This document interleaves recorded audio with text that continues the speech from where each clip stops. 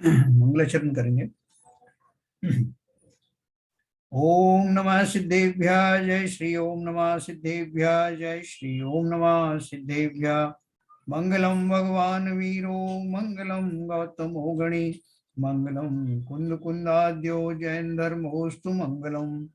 सर्वमंगल मांगल्यम सर्व कल्याण कारकम प्रधानम सर्वधर्माणां जैनम जयतो शासनम। जैनम जयतु शासनम जैनम जयतु शासनम। अमृतचंद्राचार्य द्वारा लिखित पुरुषार्थ सिद्धोपाय का हम स्वाध्याय कर रहे हैं, जिसमें हमने 5 पापों से विरति पूर्ण वाले जो है अनुव्रतों का की चर्चा की, 3 गुण व्रतों की चर्चा की, 4 शिक्षा व्रत पढ़े, संलेखना के बारे में पढ़ा, और उन 5 अनुव्रत में जो अतिचार लगते हैं वो अतिचारों का हमने संक्षेप में उसको पढ़ा। तप के बारे में हम पढ़ रहे हैं। क्यों पढ़ रहे हैं? क्योंकि अब मुनि धर्म की बात हो रही है। ये तक सब हमने अनुव्रत जो है श्रावक के एंगल से पढ़े थे। अब हम मुनि के एंगल से संपूर्ण चारित्र के बारे में पढ़ने वाले हैं। तो इसलिए उसमें जो उनके चारित्र, जो 13 प्रकार का चारित्र होता है, उसमें हमारे जो तप हैं, अंतरंग और बाह्य तप, दोनों तपों के बारे में भी उसमें उल्लेख आता है। कल तक बाह्य तप के बारे में पढ़ा था, जो मैं आपको फिर से थोड़ा सा ब्रीफ करूंगा। उसके बाद हम अंतरंग तप के बारे में पढ़ेंगे। मैं आपको स्क्रीन शेयर करूंगा।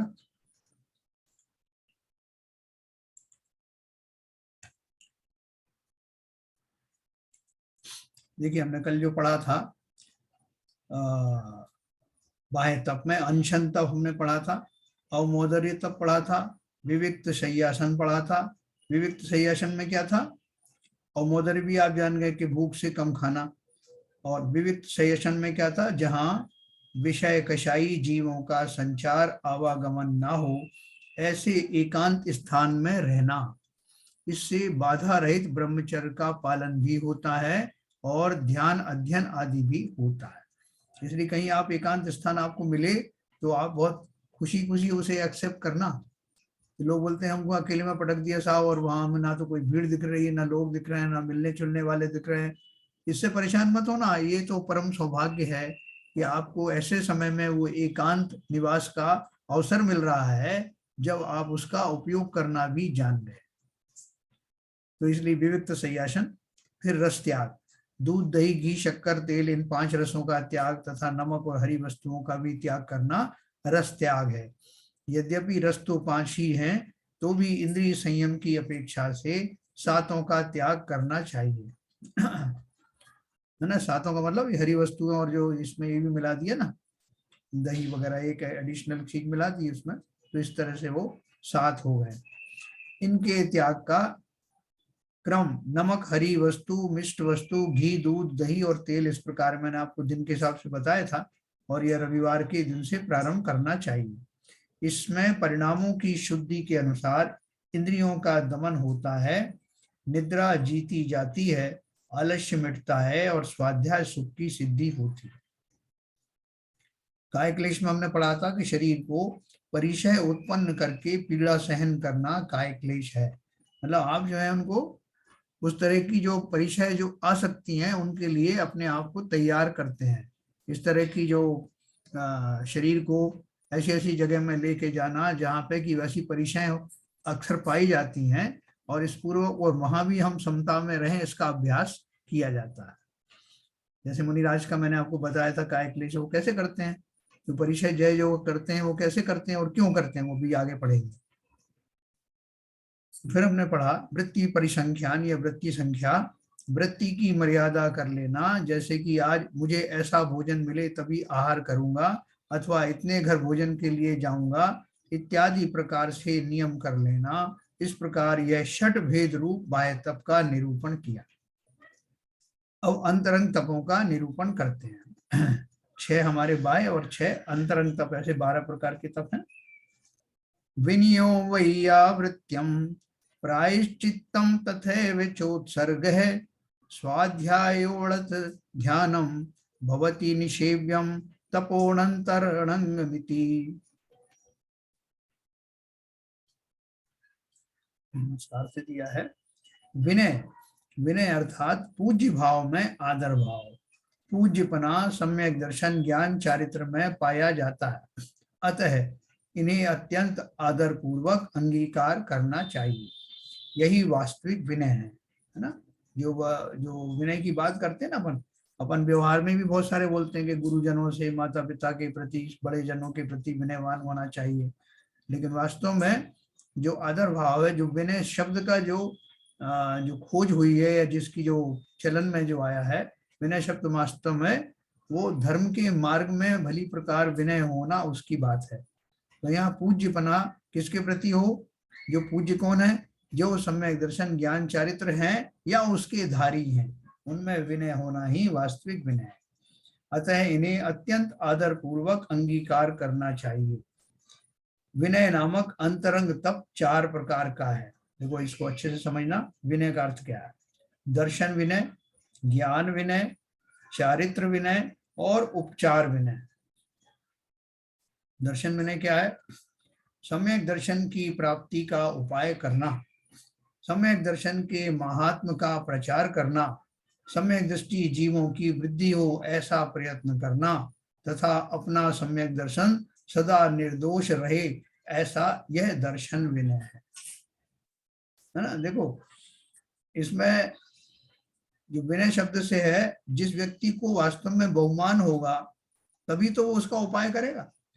हमें सम्यक दर्शन आदि के प्रति अगर विनय बहुमान है, उसके महिमा आती है, तो ही तो हम उसकी प्राप्ति का उपाय करेंगे। तो वहां इनडायरेक्टली जो है वो विनय में ही आता है। जिन जिन वस्तुओं को की महिमा मुझे आती है, बहुमान आता है, वो बहुमान का भाव ही वास्तव में उनके प्रति आदर दिलाता है और यही विनय है। तो ये हमने पढ़ा। दूसरा ज्ञान विनय, ज्ञान की प्राप्ति करना, ज्ञान का प्रचार करना, स्वाध्यायशाला विद्यालय खुलवाना, शास्त्र विनय सहित बांटना देना, शास्त्र वाचना, यह सभी ज्ञान विनय है ना। तो दर्शन विनय, ज्ञान विनय, ये सब जो अपन करते ना, और कोई अगर कोई स्वाध्याय में हम जो है प्रमाद करें, आलस्य करें, ना स्वयं सुने ना दूसरों करे, सब इधर रोज आता रहता है, इसको क्या सुनना, इसमें क्या रखा है, ये सब अपन जानते ही हैं। ऐसा अविनय पूर्वक अनादर पूर्वक व्यवहार रखना, ऐसा विचार भी रखना, चिंतन करना, ये सब ज्ञान अविनय में आता है। तीसरा है चारित्र विनय, चारित्र प्राप्त करना, चारित्र का उपदेश देना इत्यादि चारित्र विनय है ना। जो चारित्रधारी हैं या मुनि आदि हैं, जो सब वो अपन जानते हैं कि वो सम्यक दर्शन उन्हें हो या ना हो, क्योंकि सम्यक दर्शन तो अगर वो क्षय समय सम्यक है तो आता जाता रहता है, लेकिन अगर वो विधिवत चारित्र का पालन कर रहे हैं और पूरे 28 मूल गुणों का पालन हो रहा है, पंच महाव्रत का पालन हो रहा है, तो उनकी जो चारित्रिक, उनकी जो बाह्य से किए जाने वाली क्रियाएं हैं, वो सब पूजनीय हैं, वो चारित्र में ही आती हैं, क्योंकि उसके अंदर में वो उत्तम सम्यक दर्शन, सम्यक ज्ञान समाहित हैं। इस देह को अपन देवालय तभी तो कहते हैं ना, इस देह को देवालय कहते हैं कि वहां पर आत्मा तो ऑलरेडी विराजमान है, भगवान स्वरूप, लेकिन देह में मैं उस तरह के आचरण करूं तो तभी वो देवालय कहलाएगा। तो इसलिए भली भांति ध्यान रखो, हमें दोनों अनुपम चीजें मिली हैं। एक तो आत्मा तो है ही, वो तो सबसे बड़ा जो रत्नत्रय में से सब विशेष चीज किसका रत्नत्रय है, वो साक्षात हम आत्मा ही है।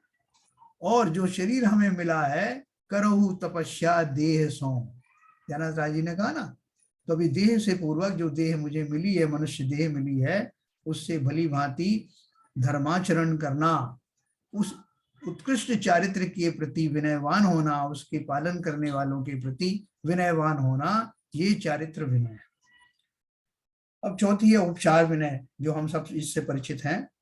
रत्नत्रय अर्थात सम्यक दर्शन, ज्ञान चारित्र के धारक धर्मात्माओं का तथा अन्य धर्मात्मा बंधुओं का शारीरिक विनय करना। मन में तो हम उनके प्रति श्रद्धा रखते ही हैं, सामने दिखाई दें तो हम उनका प्रत्यक्ष में अपने शरीर से, अपनी का मन वचन काय से उनका जो विनय करते हैं, आदर करते हैं, वो सब उपचार विनय में आता है। उनके आने पर उठकर खड़ा हो जाना, नमस्कार करना, हाथ जोड़ना, चरण स्पर्श करना आदि यह सब उपचार विनय है। तीर्थ क्षेत्र की वंदना करना भी उपचार विनय है। पूजा भक्ति करना भी उपचार विनय है। रत्नत्रय की प्राप्ति करना वही सच्चा विनय है। इस प्रकार विनय तप का वर्णन किया। इससे मान कषाय मिटती है तथा ज्ञानादि गुणों की प्राप्ति होती है।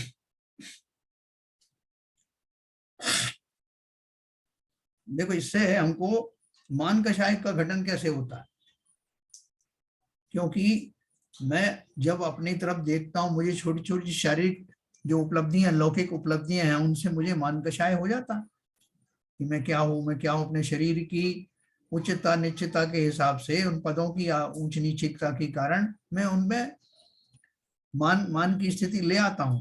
लेकिन जब मुझे मालूम पड़ता है कि वास्तव में कौन कौन सी चीजें हैं जो महान हैं, जो मुझे धारण करने योग्य हैं, जो जिनके प्रति बहुमान होना आवश्यक है, जब मैं उनको देखता हूं तो उनके सामने मैं क्या हूं, ऐसा चिंतन मात्र से ही मेरा मान कषाय गलित हो जाता है। दूसरा है वैयाव्रत।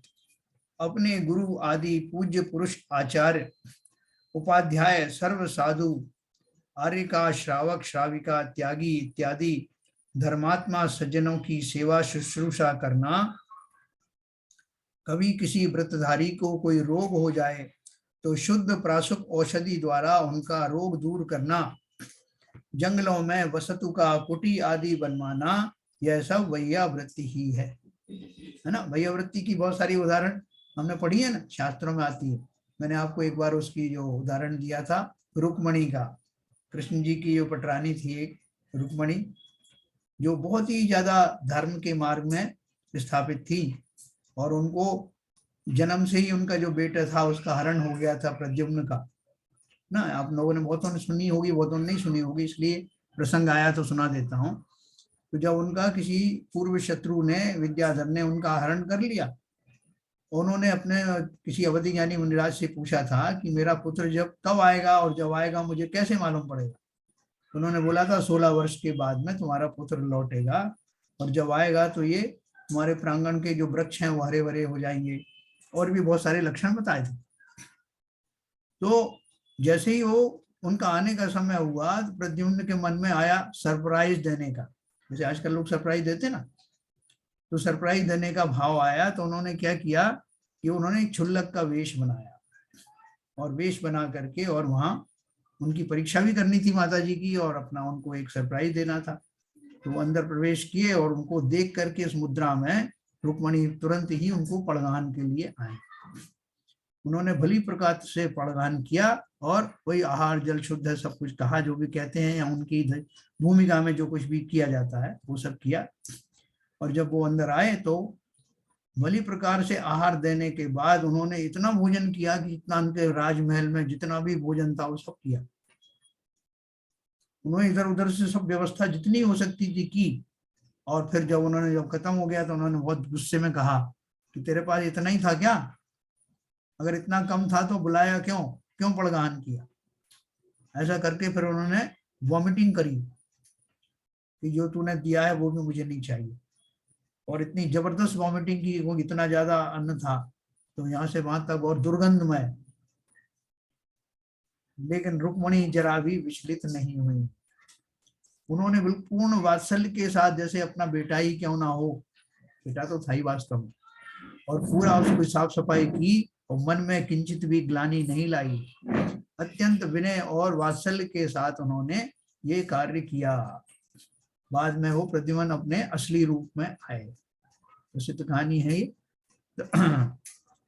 तो ये जो मैंने आपको इसका वैयाव्रत का एक उदाहरण दिया।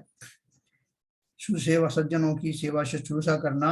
किसी व्रतधारी को कोई रोग हो जाए तो शुद्ध प्राशुक औषधि द्वारा उनका रोग दूर करना। जंगल में बसती का कुटी आदि बनवाना, ये सब वैयावृत्ति ही है। अब देखो बहुत सारे लोग क्या करते हैं, प्याऊ बनवाते हैं, गर्मी के दिनों में प्याऊ बनवा दी, या कहीं जंगल में ऐसी जगह जहाँ बैठने के लिए स्थान बनवा दिया, वो जैसे बस स्टैंड बनते हैं ना, ऐसे बना देते हैं वो लोग। ऐसा भाव आता है कि कोई आए तो 2 मिनट उसको विश्राम करे, ऐसे बहुत सारे जीव होते हैं जिनको इस तरह के भाव आते हैं, तो ये सब जो है उपचार विनय में आते हैं। प्रायश्चित देखिए, प्रमाद से जो कुछ दोष लगा हो उसको अपने गुरु के सामने प्रकट करना, उसकी आज्ञा प्रमाण उस दोष को स्वीकार करके भविष्य में पुनः उसे ना करने की प्रतिज्ञा करना। अपन प्रायश्चित करते हैं कैसे करते हैं? अंग्रेजी का शब्द है ना, I am sorry, sorry sir. तो सॉरी कहने के बाद भी इस बात का कोई गारंटी नहीं है कि अगली बार मैं वो कार्य नहीं करूंगा ना। तो इसलिए वो जो प्रायश्चित है वो प्रायश्चित नहीं नाम कहलाएगा जब तक कि, देखो मैंने लिखा, प्रमाद से कुछ दोष लगा हो, गलती से लग गया हो, उसको अपने गुरु के सामने प्रकट करना जहां जरूरत है, उसकी आज्ञा प्रमाण उस दोष को स्वीकार करके भविष्य में पुनः उसे न करने की प्रतिज्ञा करना। ये प्रैक्टिकली हमको अपने लौकिक व्यवहार में भी करना है। हमसे कोई अपराध हो जाए, गलती हो जाए, तो इंश्योर करना कि भविष्य में वो दोबारा ना हो, तथा उनके द्वारा आदेशित दंड को स्वीकार करके तदनुरूप आचरण करना प्रायश्चित अंतरंग तप है। इससे व्रत चारित्र की शुद्धि होती है, परिणामों की शल्य मिटती है तथा मानादि कषाय घटते हैं। जब कभी अपनी चर्चा, देखो मुनिराज तो करते ही अपने संग में, उनसे जरा सी भी कोई भूल होती तो अपना पूरा हृदय खोल के आचार्य के सामने रख देते हैं कि प्रभु आज मुझसे फला फला जो गलती हुई, और उस गलती के समय में मेरे भावों में क्या क्या विविधताएं थी, कैसे कैसे दूषण थे, उनकी खुल करके चर्चा करते हैं। आचार्य को तो मालूम नहीं ना, किनके मनो मन प्रज्ञान तो सबको होता नहीं, लेकिन वो अवधि ज्ञानी होते हैं या नहीं भी हों, तो वो जो जो उनके संग के मुनिराज हैं वो पूरी बात उनको खुल करके बताते हैं कि ऐसा करते समय मेरे मन में मान भी आया, मेरे अंदर में थोड़ी क्रूरता के भाव भी आए, सब कुछ बताते हैं। क्यों बताते हैं? जिससे आचार्य को सुविधा रहे, मेरे लिए उचित दंड तय करने के लिए उनको सुविधा रहे। और मैं चाहता हूं कि मुझे कड़ा सा कड़ा दंड मिले, जिससे कि मुझे अपराध बोध से मुक्ति हो, और वैसी प्रवृत्ति आगे ना करूं, इस बात के लिए वो मुझे हमेशा याद रहे। ऐसा मुनिराज सरल चित्त से करते हैं, है ना। तो अभी जो श्रावक है, श्रावक को क्या करना चाहिए? वो तो अपने आचार्य को कह देते हैं, श्रावक क्या करे? या जो श्रावक नहीं बने अभी, जैसे हम जैसे गृहस्थ लोगों ने, क्या करें? तो जब कभी किसी व्यक्ति से क्षमा याचना करें तो मन में अपने सारे वो कुत्सित भाव हैं उनको सोच लेना कि मैंने क्या क्या किया, वो सारे अपराध याद कर लेना, याद करके उसको सच्चे मन से सरल हृदय से क्षमा याचना करना, उसमें छुपाना नहीं, और ना उससे गुस्से से बोलना कि भैया हो गई गलती तो हो गई, तुम्हें क्षमा तो मांग लिया ना, और क्या चाहिए? नहीं, अत्यंत विनय से अपने कृत्य पर पछतावा करते हुए और उन सारे जो विचार थे, भाव थे जो उस समय आए थे, उन सबको ध्यान में लाते हुए उनसे क्षमा याचना करना। नहीं करोगे तो क्या होगा? वो किसी का कुछ नहीं बिगड़ेगा, हमारा ही बिगड़ने वाला है। हम जो इससे जो हासिल करना चाहते हैं, व्रत चारित्र की शुद्धि नहीं होने वाली, परिणामों की शल्य मिटने वाली नहीं, और मानादि कषाय भी घटेंगे। इसलिए उत्तम प्रकार से, बलि प्रकार से प्रायश्चित करने से निश्चित ही हमारा ही कल्याण होता है। देखो इसके उन्होंने भेद बताए, प्रायश्चित के भेद बताए। आलोचन प्रतिक्रमण, आलोचन प्रतिक्रमण, विवेक, व्युत्सर्ग, तप, छेद, परिहार, उपस्थापना, यह 9 भेद हैं, है ना। कल किसी ने पूछा था कि अगर किसी से कोई गलती हो जाए तो उस गलती हो जाने पर जो तरह तरह के जो तपस्या करते हैं, अलग अलग मुद्राओं में करते हैं, एक पैर से खड़े होकर करते हैं, तो वो क्या है? तो वास्तव में वो अपने अपराध बोध से मुक्त होने के लिए विशेष प्रकार के तप करते हैं, जो उनको भी ध्यान में, स्मृति में रहता है कि चूंकि मैंने फला फला अपराध किया था, उसकी निवृत्ति के लिए मैंने विशेष प्रकार का ये संकल्प लिया था, इतनी देर तक एक पैर पे खड़ा रहूं, या जो भी है शास्त्रों में जैसा बताया उस हिसाब से समझ लेना। और उसके इन्होंने ये भेद बताए, आलोचन प्रतिक्रमण। आलोचन प्रतिक्रमण कभी अपन विस्तार से इसकी चर्चा करेंगे। विवेक, व्युत्सर्ग, तप, छेद, परिहार, उपस्थापना, ऐसे ये 9 भेद हैं।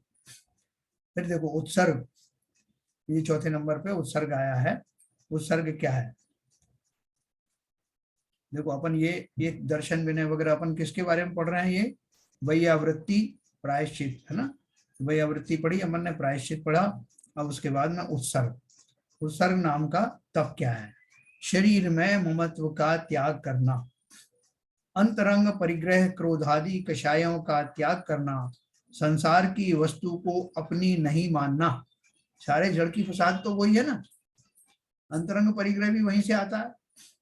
संसार की वस्तु को अपनी नहीं मानना इत्यादि अहंकार ममकार का त्याग करना। किसी को अपना मानना कि यह है वही मैं हूं, अथवा किसी को ऐसा मानना कि यह मेरा है, मैं इसका हूं। इस प्रकार की अहंकार और ममकार बुद्धि का स्वसन्मुखता रूप भेद ज्ञान के द्वारा त्याग करना उत्सर्ग नामक अंतरंग तप है।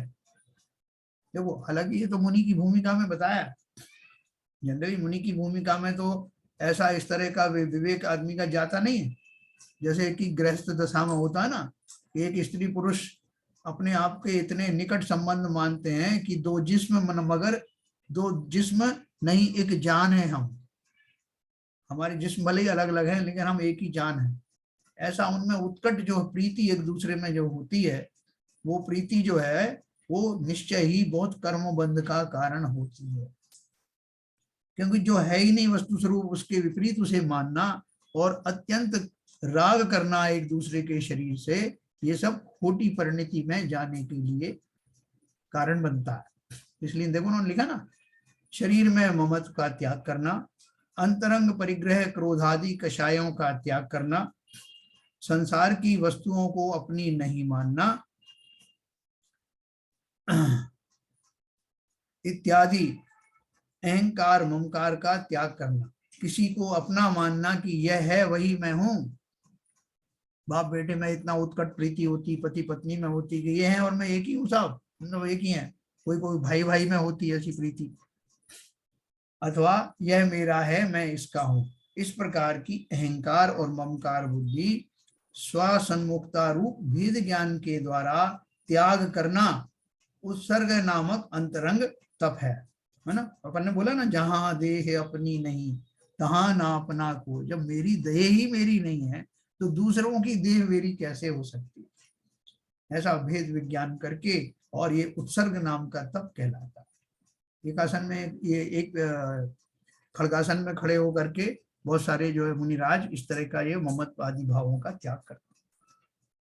तो देखो हमको ये सब इसलिए जानना जरूरी है कि हम बहुत जल्दी मुनि बनने वाले हैं। अगर ये पर्याय में नहीं भी बन सके तो अगली पर्याय तो हमको करना ही है, क्योंकि बिना मुनि बने तो मोक्ष कोई आज तक गया नहीं। अब अगला है 5वें नंबर का स्वाध्याय,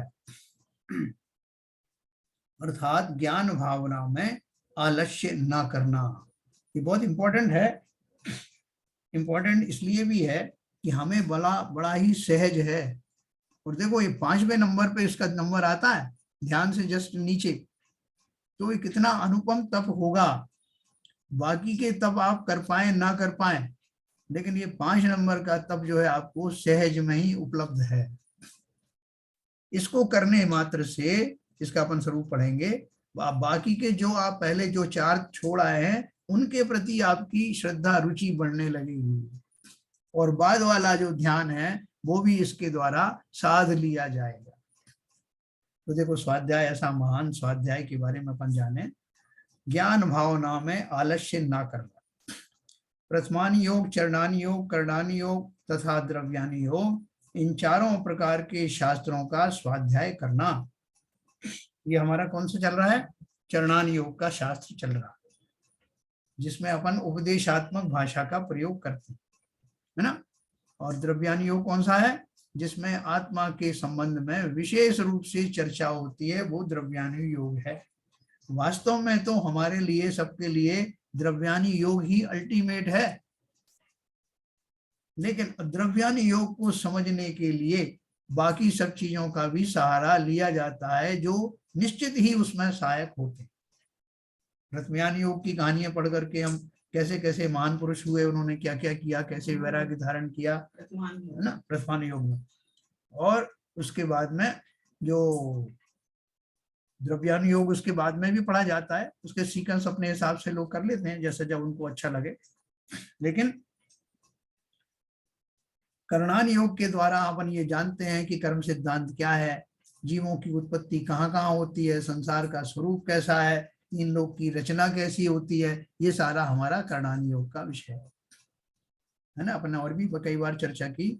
और चरणान योग की भाषा कैसी होती है, इसके पहले हमने अगर द्रव्यान योग पढ़ा तो हमको ये सब भली भांति पता है कि मैं आत्मा हूं, मैं जीव हूं, और मैं कैसे अपने स्वरूप को प्राप्त हो सकता हूँ, कैसे सम्यक दर्शन की प्राप्ति होती है, कैसे जो है आगे की चर्याएं निवारण करते हुए, और कैसे जीव जो है अपनी उस गुण स्थानों को क्रॉस करता हुआ मुक्ति दशा में स्थापित होता है।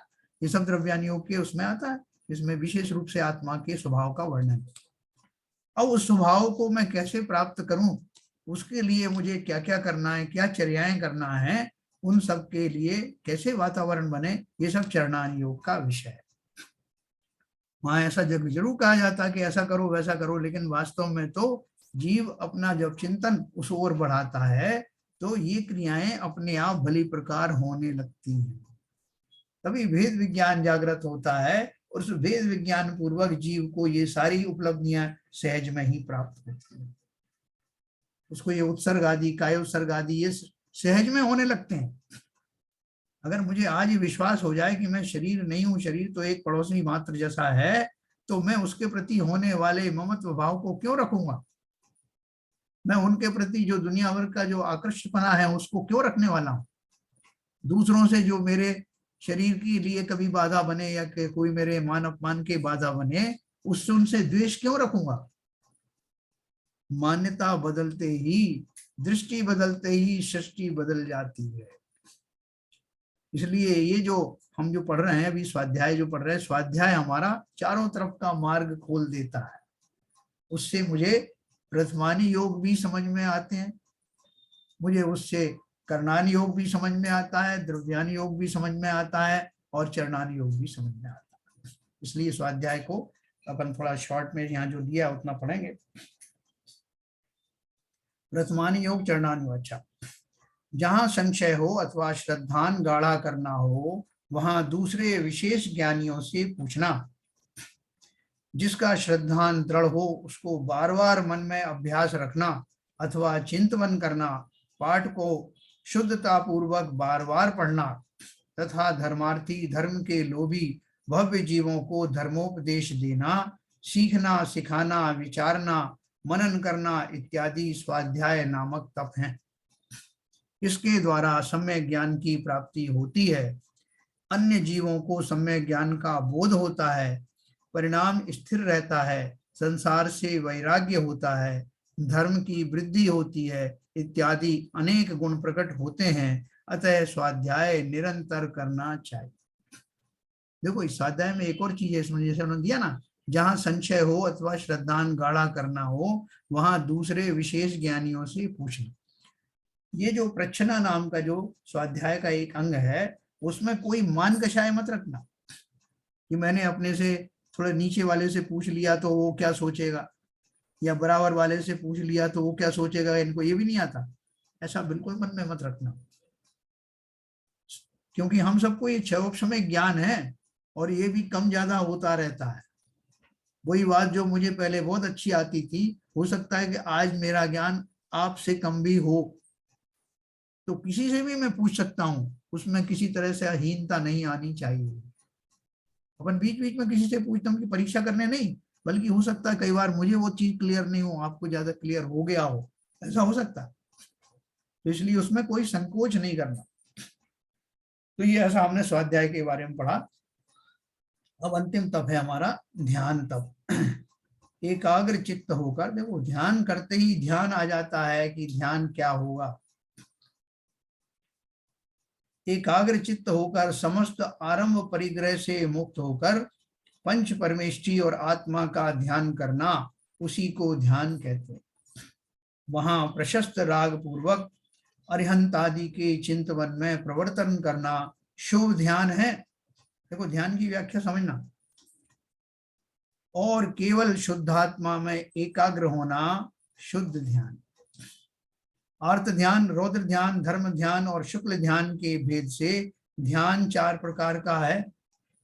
इनमें से अर्थ ध्यान और रौद्र ध्यान तो संसार के कारण है तथा धर्म ध्यान और शुक्ल ध्यान मोक्ष के कारण। ध्यान के सामान्यतया 3 भेद हो सकते हैं, अशुभ ध्यान, शुभ ध्यान और शुद्ध ध्यान। इनमें अर्थ ध्यान और रौद्र ध्यान ये दोनों अशुभ ध्यान है। धर्म ध्यान शुद्धता युक्त शुभ ध्यान है। देखो धर्म ध्यान कैसा ध्यान है कि जिसमें वो शुद्धता की ओर ले जाने वाला ध्यान तो है, लेकिन वर्तमान में वो शुभ ध्यान की कैटेगरी में आता है। इसलिए मोक्षार्थी जीवों को धर्म ध्यान और शुक्ल ध्यान अवश्य अपनाना चाहिए। ध्यान के अवलंबन रूप से पिंडस्थ, पदस्थ, रूपस्थ और रूपातीत यह 4 भेद हैं। अपन ने पढ़े थे ना जब अपन ने ये शांति पद प्रदर्शक ग्रंथ पढ़ा था, तब अपन ने विस्तार से पढ़ा था इसको। और हमने ये सारे ग्रंथों का सहारा लिया था। उसमें जहां जहां ध्यान का स्वरूप दिया गया है, ज्ञानार्णव नाम का प्रसिद्ध ग्रंथ हमने पढ़ा था, और ये भी पढ़ा था जो मतलब उसमें से उद्धरण दिए थे, और इसमें द्रव्य संग्रह है उससे भी हमने लिए थे, और काफी विस्तार से हमने इनका स्वरूप पढ़ा था। ज्ञानार्णव से लिए थे ना। ध्यान के अवलंबन रूप से पिंडस्थ, पदस्थ, रूपस्थ और रूपातीत ये 4 भेद हैं। इनका विशेष वर्णन ज्ञानार्णव, देखो लिखा गया ना, इनका विशेष वर्णन ज्ञानार्णव ग्रंथ से ज्ञात करना चाहिए। हमने नोट्स बनाए थे और ज्ञानार्णव ग्रंथ से भी लिए थे वो, और बृहद द्रव्य संग्रह से भी लिए थे। यहाँ लिखने से बहुत विस्तार हो जाए। ध्यान तब से चारित्र भाव संपूर्णता को प्राप्त होता है, मन वशीभूत होता है, अनाकुलता होने से परमानंद होता है। इस प्रकार 6 भेद युक्त अंतरंग तप सेवन करने योग्य है। यह तप मन के अधीन है, इसीलिए इसे अंतरंग तप कहते हैं। अंतरंग तप क्यों है? क्योंकि ये तप जो है बाह्य क्रियाएं मात्र तक सीमित नहीं रहता, ये अंतरंग में भावपूर्वक होता है, इसलिए अंतरंग तप कहा जाता है। अतः इसका निरंतर सेवन करना योग्य है। यहाँ यह बात भी जान लेना आवश्यक, अत्यावश्यक है कि बाह्य तप और अंतरंग तप में क्या अंतर है। बाह्य तप में केवल बाह्य पदार्थ तथा शरीर की क्रिया ही प्रधान कारण होती है, और अंतरंग तप में आत्मीय भाव तथा मन का अवलंबन ही प्रधान कारण पड़ता है। जैसे अग्नि सोने को शुद्ध बनाती है, वैसे ही यह दोनों प्रकार के तप आत्मा को शुद्ध बनाते हैं। कारण कि तप के बिना चारित्र नहीं होता और चारित्र के बिना कर्मों की निर्जरा नहीं होती। अतः दोनों प्रकार के तपों का आचरण अवश्य करना चाहिए। देखो अपन 2-3 बात तरीके से कहते हैं ना इसको, कि मुझे दूध गर्म करना है, तो दूध गर्म कैसे हो?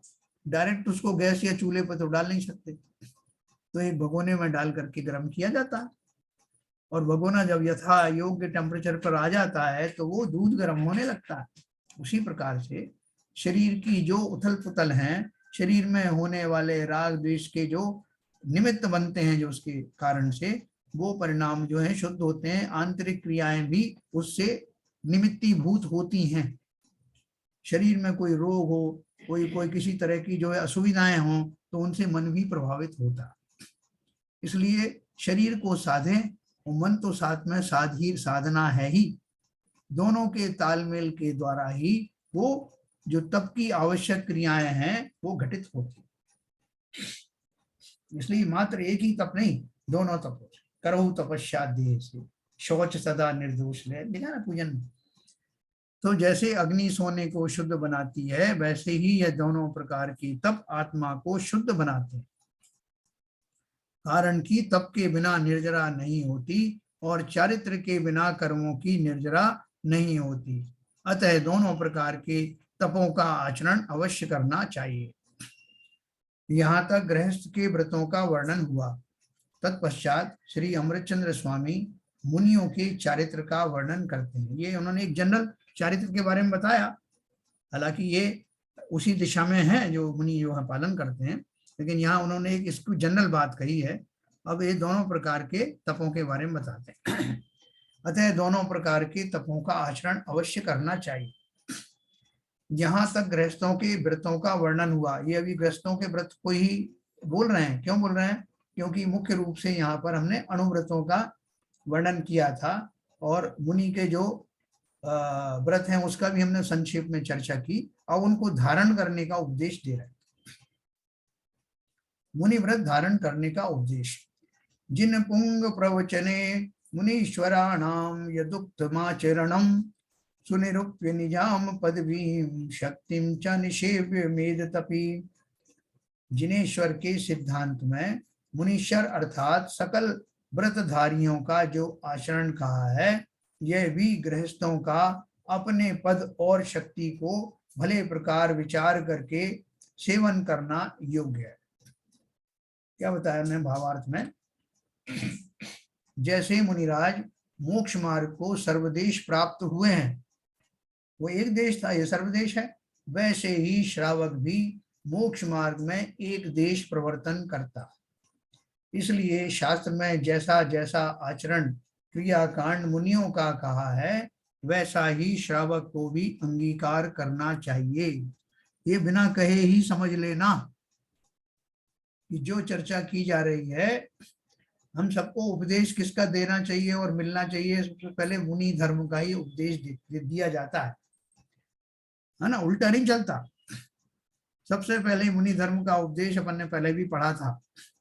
और अगर कोई श्रावक कहे कि मुझसे ये नहीं हो पाएगा, तो उसे श्रावक धर्म के बारे में बताया जाता है। बोलते हैं कि इस क्रम में अगर उपदेश ना दिया जाए तो उपदेश देने वाले को पाप लगता है। क्योंकि अगर पहले श्रावक धर्म के बारे में बता दिया, मुनि धर्म का बताया नहीं, और जीव वहीं पे अगर जा करके सेटिस्फाइड हो गया कि मुझे यही करना है, तो मुनि धर्म की तरफ बढ़ेगा नहीं, जबकि उसकी शक्ति थी। इसलिए पहले मुनि धर्म। तो अभी पहले चाहे कहा हो या बाद में कहा हो, हमें तो अल्टीमेटली मुनि ही बनना है।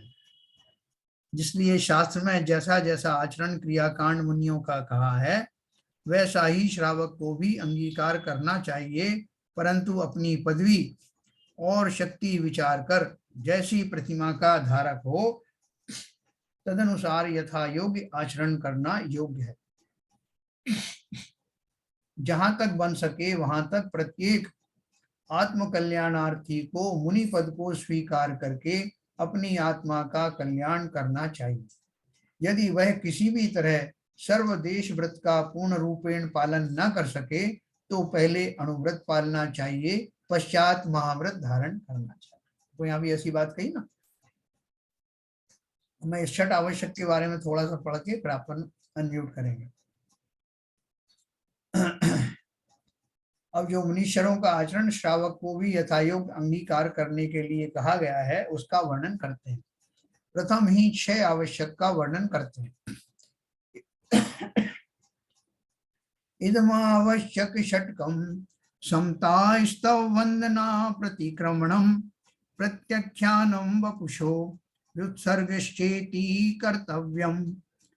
समता, स्तवन, वंदना, प्रतिक्रमण, प्रत्याख्यान और कायोत्सर्ग, इस प्रकार यह 6 आवश्यक करना चाहिए। आवश्यक का अर्थ क्या है? कि वो हमको अपनी भूमिका में, श्रावक की भूमिका में अथवा मुनि की भूमिका में बने रहने के लिए जो 6 कार्य किए जाते हैं, वो अवश्य रूप से करना चाहिए, है ना। श्रावकों के 6 आवश्यक पड़े, हमने मुनियों के 6 आवश्यक पड़े, उनमें वो थोड़ा सही अंतर होता है। देखो, समता कैसे बोलते हैं? समता का अर्थ क्या है? बोलोगे समता हमको करनी है कि मुनिराज को करनी है? श्रावक कौन है? श्रावक वो है जिसने भेद ज्ञान पूर्वक सम्यक दर्शन प्राप्त करके व्रत प्रतिमाएं धारण की हैं। इसलिए वो ये नहीं कह सकता कि मैं उस समता को जानता ही नहीं हूं जो सम्यक दर्शन प्राप्ति के बाद होती है। उसमें सम्यक दृष्टि है तो जानेगा। और जिन्हें सम्यक दर्शन नहीं है वो भी अपने भावों के द्वारा, उत्कृष्ट भावों के द्वारा उस समता का स्वरूप अवश्य समझ सकता। क्या बताया? समस्त जीवों पर समता भाव रखना, अर्थात लाभ अलाभ, सुख दुख, जीवन मरण में हर्ष विषाद न करके समभाव रखना अथवा सामायिक करना, है ना। अपने कल को पढ़ा सरलेखना में, जीने की ना हो इच्छा, वन मरने की ना हो वांछा। तो वो अर्थ क्या है कि जैसा जीवन चल रहा है उसमें संतुष्ट होकर के मुझे इस पर्याय का भरपूर लाभ लेना। भरपूर लाभ कब ले पाऊंगा? जब किसी से राग नहीं, किसी से द्वेष नहीं, मुझे अपना मार्ग सीधा दिखाई दे रहा हो, तब वो समता में आना कहा जाता है। सर्व जीव हैं ज्ञानमय, ऐसा जो संभाव सो सामयिक, जिन कयो प्रकट करे भवपार, है ना। योगसार दोहा नंबर 99, अपन योगसार और ये सब पढ़ने वाले हैं, परमात्म प्रकाश वगैरह। दूसरा नंबर है स्तव। श्री भगवान अरहंत देव तीर्थंकर भगवान के गुणों का वर्णन, गुणों का कीर्तन करना अर्थात स्तुति करना। यह सब स्तव व्यवहार स्तव और निश्चय स्तव के भेद से दो प्रकार का होता है। देखो, व्यवहार स्तव और निश्चय के बारे में अभी सुधा सागर महाराज का शंका समाधान आ रहा था, बहुत बढ़िया बता रहे थे। उन्होंने क्या बोला था कि जब शक्ति की अपेक्षा में वस्तु के बारे में चिंतन करता हूं तो वो निश्चय की कैटेगरी में आता है, और जो व्यक्त है, ये व्यक्ति है, जिसकी अभिव्यक्ति है, उस रूप से जब मैं वो आचरण करता हूं तो वो व्यवहार में आता है ना। इसको अपन ने बहुत बार विस्तार से पढ़ा और भी आगे पढ़ेंगे। वंदना, पांच पंच परमेश जी को प्रत्यक्ष अथवा परोक्ष रूप से साष्टांग नमस्कार करना, ये वंदना कहलाता है ना। इस तब में अपन ने एक अरहंत देव की बात करी थी। वंदना में पंच परमेश जी को प्रत्यक्ष अथवा परोक्ष रूप से साष्टांग नमस्कार करना। प्रतिक्रमण, अपने किए हुए दोषों का पश्चाताप करना, अर्थात अपने से कोई दोष या भूल हो जाए तो उसे अपने गुरु के समक्ष प्रकट करके उस भूल को स्वीकार करना, यही प्रतिक्रमण है। मंदिर में हमसे कोई दोष लग जाए, अपन तो श्रावक है ना, और किसी ने हमको टोक दिया, पहले तो टोकने वाले को खुद भी इतना विवेक होना चाहिए कि कैसे समझाया जाता है एकांत में या कैसे वचनों का प्रयोग किया जाता है। लेकिन अगर वास्तव में उसको नहीं भी है ज्ञान, तब भी हम अगर हमारी कोई भूल को कोई साधर्मी भाई उसमें हमको इशारा करता, हमको समझाता, हमें उसे उपकार ही मानना चाहिए, खेद खिन्न नहीं होना चाहिए, और उसमें अपना बराबर प्रतिक्रमण, अपने दोषों के लिए पश्चाताप करना चाहिए। अब ये बोलोगे कि नहीं साहब गुरु तो है नहीं, तो गुरु के सामने करना है। गुरु हमारे कौन है? परम गुरु तो बैठे हुए ना, प्रतिमा है उनकी। फिर पांचवा है प्रत्याख्यान, आगामी आश्रव का निरोध। जो रत्नत्रय में विघ्न उत्पन्न करने वाले हैं उन्हें मन वचन और काय से रोकना है, और उनका त्याग करना प्रत्याख्यान कहलाता है। जो रोकने वाले मतलब व्यक्तियों की बात नहीं है, भावों की बात। जो रत्नत्रय में विघ्न उत्पन्न करने वाले हैं उन्हें मन वचन और काय से रोकना और उनका त्याग करना प्रत्याख्यान कहलाता है। यह प्रत्याख्यान एक अखंडित साकार, निराकार, परिमाण, इतरत, वर्तनीपात, सहेतु इत्यादि भेद से 10 प्रकार का है। जब हम आपको समय सार पढ़ेंगे या घुमट सार आदि पढ़ेंगे तब मैं आपको प्रत्याख्यान की बहुत विस्तार से बताऊंगा, या परमिशन सार वगैरह भी। फिर व्युत्सर्ग, शरीर का ममत्व छोड़कर विशेष प्रकार के आसन पूर्वक ध्यान करना, यह व्युत्सर्ग नाम का आवश्यक है ना। पद्मासन में बैठ करके हम उस तरह का ध्यान आदि कर सकते हैं। इस प्रकार यह 6 आवश्यकों का वर्णन किया। मुनि तथा श्रावक दोनों को इनका पालन प्रतिदिन अवश्य ही करना चाहिए, इसीलिए इन्हें आवश्यक कहा गया है।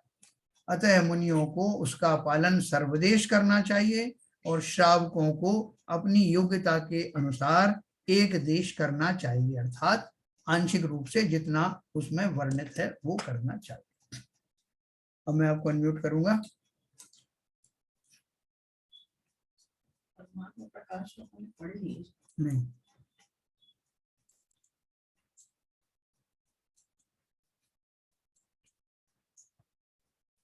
हाँ साहब, सबको समझ में आया?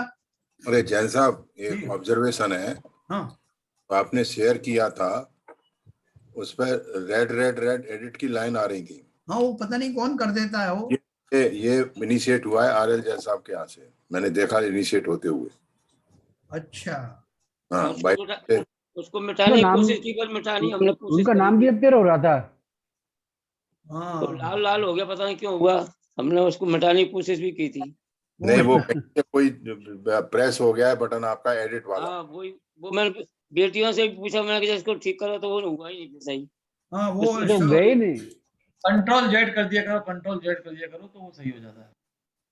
अच्छा अच्छा, इसमें भी मुझे किसी ने बताया था कि ये क्या बोलते हैं, वो कुछ क्लियर करके एक बटन आता है, वो पिछली बार वो करके गया था वो। कंट्रोल जेड बता रहे हैं ना। कंट्रोल जेड बता रहे हैं। नहीं, वो उनके लिए है या हम सबके लिए वो कंट्रोल उसके लिए जेड बटन? जो अंकल जी पेन है, वो पेन का बटन जो दिखाई दे रहा है ना स्क्रीन पर, आर्यन अंकल जी, हाँ, वहाँ में रेज का बटन भी आता है साथ में। तो हमने बेटियों से भी पूछा था, वो भी नहीं कर पाई ठीक, उसको कोशिश करी वो हमने। स्क्रीन पे ही आता है, मतलब आपकी हाँ, कहीं गलती हो गया था, वो हाँ। इरेज हो जाएगा उससे। तो उसके लिए हम सॉरी कहते हैं हम। नहीं, आपको पता थोड़ी, आपने जानबूझ के थोड़ी अज्ञानता में किया। हुआ, हमारी जानकारी में नहीं था। वो अंकल जी हम लोगों को भी नहीं पता है, बच्चे बताते हैं, क्योंकि बच्चे ज्यादा यूज करते हैं ये सब चीजें। हाँ, क्या बता रहे हैं उसको? Control Z.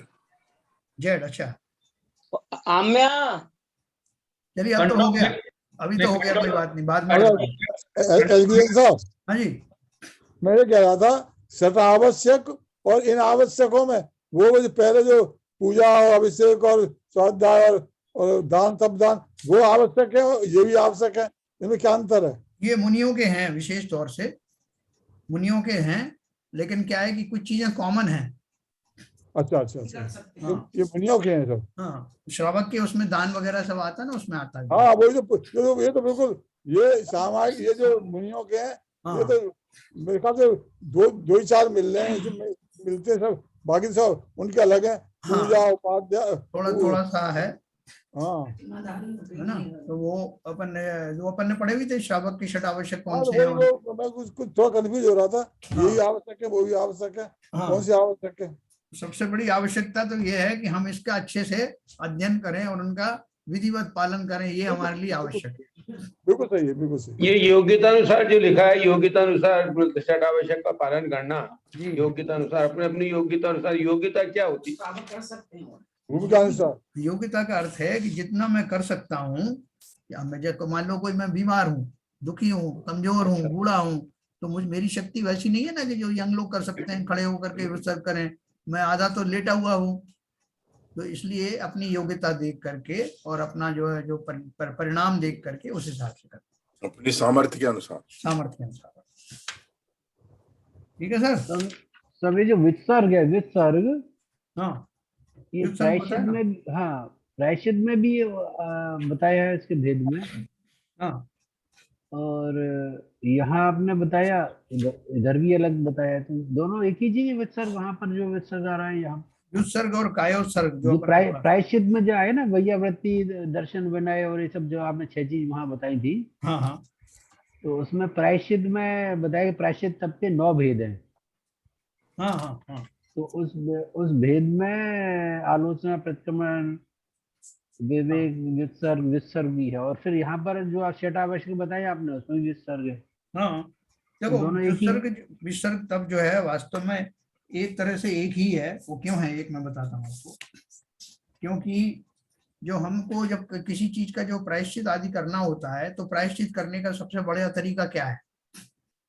प्रायश्चित करने का सबसे अच्छा तरीका क्या है? क्योंकि मैंने वो जो अपराध किए होते हैं, वो अपने भावों की अस्थिरता के कारण वो अपराध हुए, या तो राग द्वेष में चला गया वो जी, या किसी और तरह के भाव में चला गया। तो अब उसका उल्टा क्या होगा? उसका उल्टा होगा कि मैं उन भावों से रहित हो जाऊं, अर्थात मैं समता में आ जाऊं। जैसे समता का उल्टा तामस है, तामस को हटाएंगे तब समता आएगी। बराबर। तो अब उसको उल्टा हटाने के लिए मुझे क्या करना पड़ेगा? तो व्युत्सर्ग करने में निश्चय जो व्युत्सर्ग है या काय उत्सर्ग है या कैसा भी आप काय क्लेश समझ लो, इन सब के द्वारा काम एक ही किया जाता है।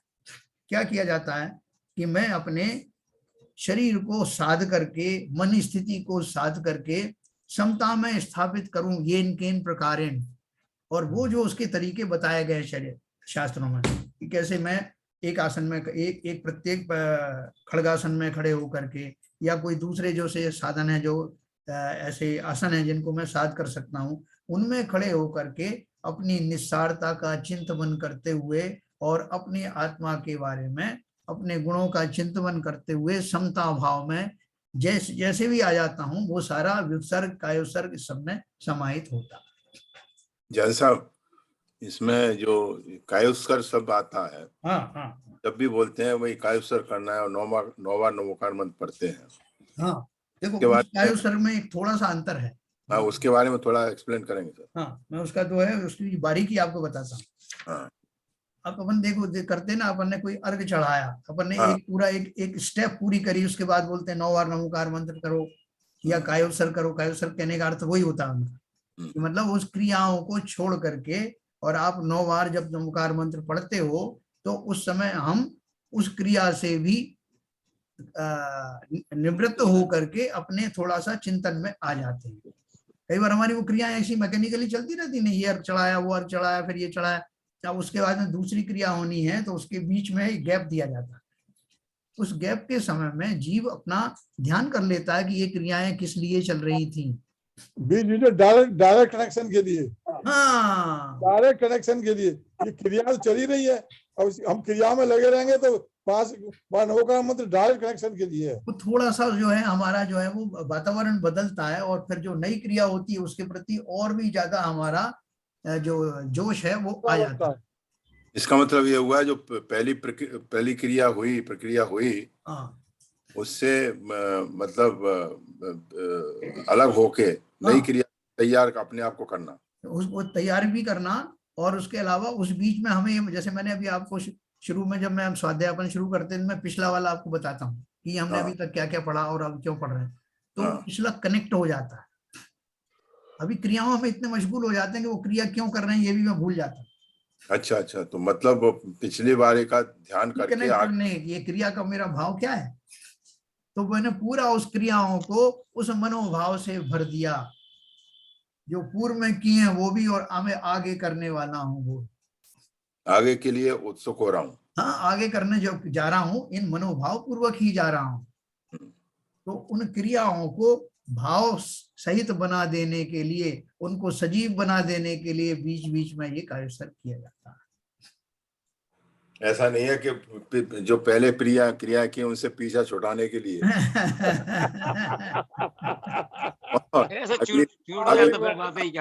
बिल्कुल आपने पूरी अच्छी तरह समझ लिया।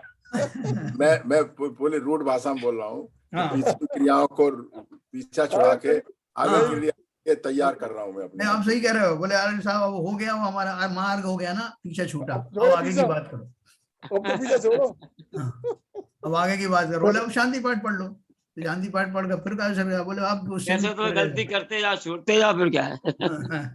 सर एक बहुत बेसिक सा प्रश्न आ रहा है। पूजा में जो आप बता रहे हैं बीच बीच में जो 9 बार नमोकार बोलते हैं जी, तो उसका जो आप पर्पस बता रहे हैं वो जो आपने भी बताया उस तरह का है। हाँ, वो कायोत्सर्ग तो पता ही नहीं था, हम तो ऐसे मैकेनिकल उसको बोला करते थे। हाँ, देखो मैंने आपको इसलिए, हमारी जितनी भी क्रियाएं हैं वो सब भाव प्रधान क्रियाएं हैं, जो शारीरिक क्रियाएं नहीं है, उनके पीछे एक उद्देश्य है। नहीं, जो विधान वगैरह कराने भैया जी वगैरह आते हैं और जो विद्वान आते हैं तो बोलते हैं कायोत्सर्ग कीजिए। अब वो सुन के कर तो लेते हैं, मगर उस कायोत्सर्ग का क्या मतलब होता है आज तक नहीं समझ पाए थे, इसलिए सवाल किया हमने।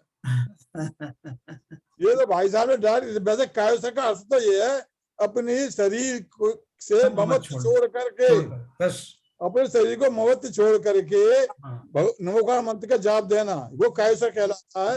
तो भाई साहब ने जो जिस तरीके से समझाया वो समझिए डायरेक्ट कनेक्शन है इस बीच में। नहीं, वो तो दोनों ही बातें आपकी सही है कि ममत्व छोड़ के और उस समय उसमें संलग्न होने के साथ जो हमने पहली क्रिया की है उससे कनेक्ट करते हुए आगे क्रिया को कनेक्ट करना, तो ये कंबाइंड जंक्शन हो गया। तो मैंने समता की बात करी ना, तो समता धारण करना, तो समता धारण करने के लिए कैसे भाव लाने पड़ेंगे, या पंच परमेष्टि का ध्यान करना पड़ेगा या स्वयं का ध्यान करना पड़ेगा। तो ये सब एक कंबाइंड इफेक्ट लाने के लिए ये कायस्थ किया जाता है। विपुल जी कुछ पूछ रहे हैं सर? हाँ विपुल जी। सर एक बेसिक क्वेश्चन, बहुत बेसिक है, आपने कई बार बताया है, लेकिन फिर भी थोड़ा और क्लैरिटी के लिए, संयम और तप में सर कहाँ पे थिन लाइन है? मतलब संयम अगर मैं एक उत्कृष्ट सीमा के आगे करता हूँ तो वो तप कहलाने लगता है, या बहुत ज्यादा अंतर है दोनों? संयम और तप में? हाँ जी। हाँ देखो मैं आपको बताता हूँ, मैंने उसकी परिभाषा भी लिखी हुई है कि जो तप है, देखो व्रत जो है वो संयम के में सहायक होते हैं, इसलिए संयम धारण किया जाता है। और संयम जो है वो तप में साधन बनते हैं। तप आपके निर्बाध रूप से तभी हो सकते हैं जब आप संयमी हो। तो ये सब स्टेप्स हैं, एक दूसरे से कनेक्टेड हैं। जो हम संयम धारण करते हैं, संयम धारण करके जो डिसिप्लिन लाते हैं, उन पूर्वक ही तपश्चरण फलीभूत होते हैं। तो व्रत, संयम और तप, इनमें अंतर तो अवश्य है लेकिन कनेक्टेड है। मिनिमम क्वालिफिकेशन है संयम। हाँ संयम मिनिमम क्वालिफिकेशन है तब की। हाँ हाँ हाँ, सीढ़ी हो गया एक तरह से। यस, तब के लिए सीढ़ी हो गया। अगर संयम नहीं है आप तो तब नहीं कर सकते। नहीं, ये 3 सीढ़ियां हैं जो मैं जो समझ रहा हूँ, जो बताई, व्रत, संयम और तप, एक एक सीढ़ी है। सीढ़ी है। पहले व्रत है, उसके बाद संयम, संयम करने के बाद ही आप तप कर सकते हैं। व्रत भी संयम ही है। संयम तो साइड बाय साइड चलेगा सर एक्चुअली। देखो संयम जो है वो थोड़ा सा और उत्कृष्ट होता है, बड़ा शब्द है, उत्कृष्ट होता है। बल्कि आप जब चारित्र की बात करोगे ना, जब चारित्र किसे कहते हैं, तो वो चारित्र में अपन ने वो पढ़े थे ना, वो जो छेदोपस्थापना, संयम आदि जो पढ़े थे, वो सब वो चारित्र में जाते हैं और वहाँ संयम नाम का शब्द लगा होता है उसमें। तो वो संयम एक व्यापक शब्द है, तो व्यापक शब्द, हाँ, जो तपों को कवर किए हुए रहता है। ठीक है साहब, आर्यन साहब, आपको एक्सपर्ट की जरूरत है जो आपका हाथ जो है वो देखे।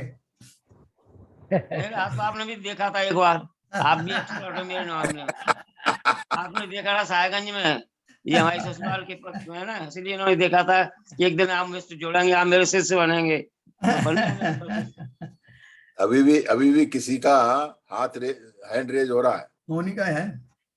किसका? मेरा कुछ नहीं हो रहा। मेरा हाथ मेरे पास है सर।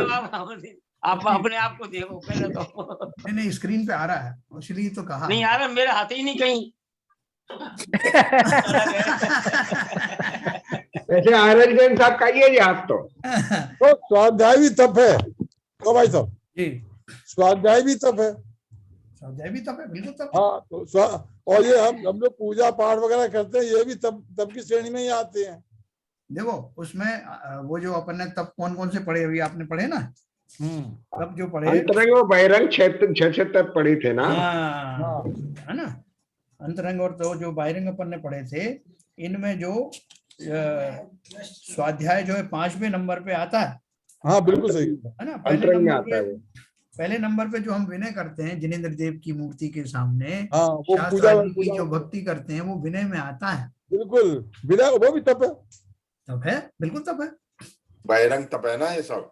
हाँ नहीं, ये जो विनय तप है वो ये सब अंतरंग तप में आता है, बाहर में उपचार से अलग होता है, लेकिन वास्तव में अंतरंग तप के अपन ने भेद पढ़े ना, 199 का था। भगवान की भक्ति करना, पूजा पाठ करना, ये अंतरंग तप में जब के अंतरंग की तरह किया जाए तब।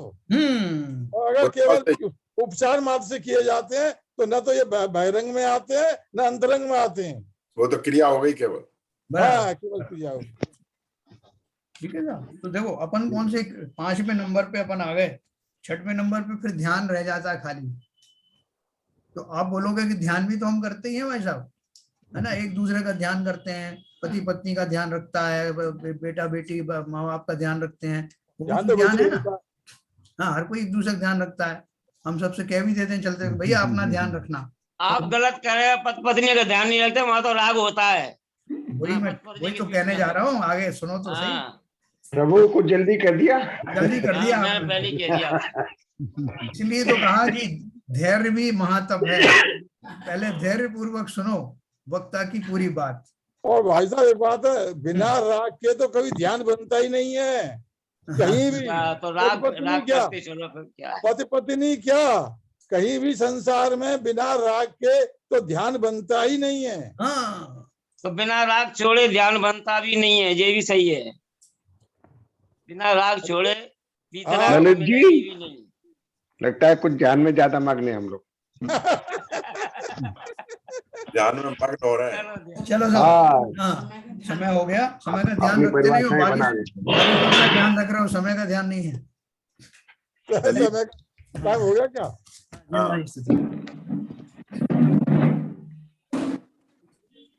नित्यतम नाश वेको ज्ञान के प्रकाश वेको आप पर भास वेको भानु सी बखानी है। छहो द्रव्य जान वेको बंध वेदी भान वेको स्वपर पिछान वेको परम प्रमाणी है। अनुभव बताए वेको जीव के जताए वेको काहू न सताए वेको भवे और आनी है। जहाँ तहाँ तार वेको पार के उतार वेको सुख विस्तार वेको यही जिनवाणी है। हे जिनवाणी भारती तो है जपूंदन रैन, जो तेरी शरण गए सो पावे सुख चैन। जिनवाणी के ज्ञान से सूझे लोकालोक, सो वाणी मस्तक धरो सदा देते धो, सदा देते धो। जिनवाणी माता की जय। जय जय जय जय। नमो कर।